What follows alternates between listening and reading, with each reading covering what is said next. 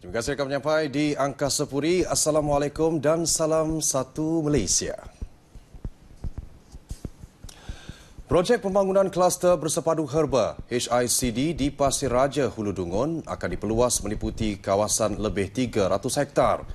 Projek syarikat Bio Alpha Holdings itu menyasarkan tanaman herba bernilai tinggi seperti tongkat ali dan kacip Fatimah dengan hasil pengeluaran dijangka mencecah kira-kira RM1 juta menjelang akhir tahun ini. Menurut pengurus kanannya Faizuddin Sri Masran, hasil bioekonomi itu mampu menyumbang sekitar 48% kepada jumlah pelaburan negara. Projek mendapat sokongan Majlis Pembangunan Ekonomi Wilayah Pantai Timur di bawah Program Transformasi Ekonomi Negara. Kita juga ada kilang untuk memproses seperti extract, fermentation. Jadi kita memerlukan pekerja-pekerja yang kemahiran tinggi datang ke Pasir Raja. Terutamanya daripada golongan-golongan orang muda dan khususnya kepada rakyat negeri Terengganu. Selain itu, pembangunan HICD memberi peluang pekerjaan kepada graduan dan penduduk tempatan. Saya berharap dengan adanya projek macam ni dapat memberi banyak lagi peluang kepada penduduk kampung, sebab saya tengok pun ramai orang muda kat kampung ni yang macam tak nak kerja kat luar, macam ramai lagi lah sini, supaya kalau ada projek ni dapat bagi banyak peluang pekerjaan lah pada dia orang. Peluang pekerjaan lah ada sini. Dapat buka peluang pekerjaan lah. Untuk anak muda. Untuk anak muda kampung. Lepas tu orang kampung pula cari apa akak-akak?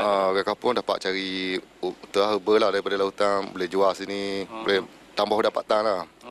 Terdapat kira-kira 100 penduduk khususnya dari Kampung Pasir Raja dan Kampung Syukur mendapat peluang pekerjaan dalam sektor ladang dan pengeluaran di syarikat berkenaan. Justru Esko Pertanian Negeri Datuk Muhammad Fahmi berharap penduduk khususnya golongan muda dapat memanfaatkan beberapa kemudahan yang ada di HIDC Kampung Raja ini. Jadi maknanya kemudahan rumah ada, tanah ada, sumber keuangan ada. Jadi bergantung kepada minat kepada rakyat Terengganu lah. Okay, dan ini boleh dijadikan salah satu program kerajaan untuk menyediakan peluang pekerjaan kepada rakyat Terengganu dalam sektor pertanian. Menerusi program transformasi ekonomi Terengganu, kerajaan negeri menyasarkan untuk mewujudkan peluang pekerjaan kepada lebih 5,000 orang dalam bidang bioteknologi. Saranan Perdana Menteri Datuk Seri Najib Tun Razak agar semua pemimpin pelbagai peringkat sentiasa mengambil berat masalah rakyat merupakan ingatan berterusan demi memastikan rakyat mendapat pembelaan sewajarnya. Untuk itu, Pengurusi Jawatankuasa Kemajuan dan Keselamatan Kampung J3K merupakan pemimpin terpenting di peringkat akar umbi perlu membawa masalah rakyat kepada pihak atasan. Ini kerana mereka mengenali hampir semua anak mukim dan mempunyai maklumat yang lengkap mengenai masalah rakyat di kawasan yang mereka tadbir. Mereka perlu aktif dan kehadapan untuk menyalurkan maklumat kepada wakil rakyat atau pemimpin yang dilantik kerajaan dalam membantu menyelesaikan masalah rakyat. Peranan yang berkesan ini boleh mengatasi masalah kes-kes keciciran dalam mendapat apa sahaja bantuan yang disediakan kerajaan bagi golongan yang kurang berkemampuan atau ditimpa penyakit kronik. Saluran ini dimanfaatkan sebaik mungkin oleh Pegawai Penyelaras Dewan Undangan Negeri DUN Teluk Pasu Kuala Nerus Cik Mansur Saleh. Buktinya dalam tempoh 3 bulan pertama tahun ini, berdasarkan maklumat daripada pemimpin akar umbi ini, sebanyak 150 rumah dikunjungi menerusi program Jom Bantu Rakyat dan Ziarah Kasih. Program yang turut disertai Jabatan Kebajikan Masyarakat JMK, Maidam, Tabung Darul Iman, TDI dan wakil-wakil pemimpin itu bukan sahaja untuk menyalurkan bantuan yang diperlukan. Sebaliknya, peluang itu boleh digunakan untuk membuat semakan semula dan penambahbaikan sistem penyaluran bantuan kepada golongan sasar. Kita turun bersama. Ini kerja dinamakan kerja berpasukan. Cakna TP Teluk Pasu atau Cakna DUN Teluk Pasu. Jadi apabila kerja berpasukan ini, kita dapat menyeluruh.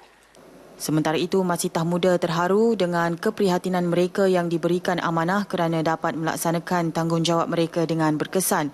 Sebagai orang kampung sepertinya, Jom Bantu Rakyat ini merupakan saluran terbaik dalam menyelesaikan masalah mereka. Beliau mengakui tidak mempunyai kemampuan untuk menyediakan segala kemudahan perlu bagi ibunya yang terlantar akibat penyakit kronik. Pada JKK semua ni, terima kasih banyaklah kerana kalau tak ada dia maknanya tak dapatlah ni. Kita khusus. Dah. Yalah. Kita pun maknanya. Ya, kita ni orang bukannya kata berada kan. Ya. Terima kasih lah.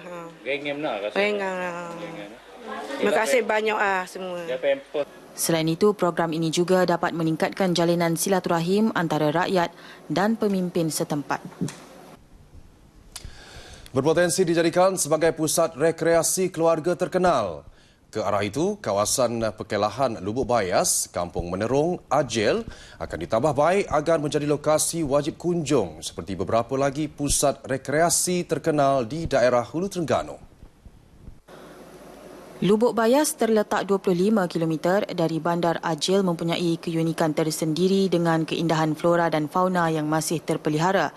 Sejak 5 tahun lalu, kawasan ini menjadi lokasi wajib masyarakat pada setiap hujung minggu dan musim cuti persekolahan.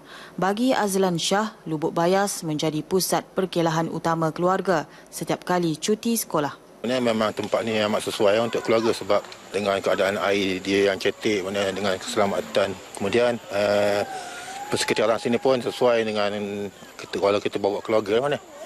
Jadi saya rasa mana-mana pengunjung yang belum datang sini, saya rasa boleh datang sini sebab satu tempat yang saya rasa menarik dan selamat bagi kanak-kanak dan juga kita nak pantau anak-anak kita main air pun okey mana.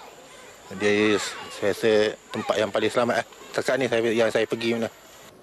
Selain itu, airnya yang jernih dan jeram yang tidak berbahaya turut menjadi pilihan pengunjung.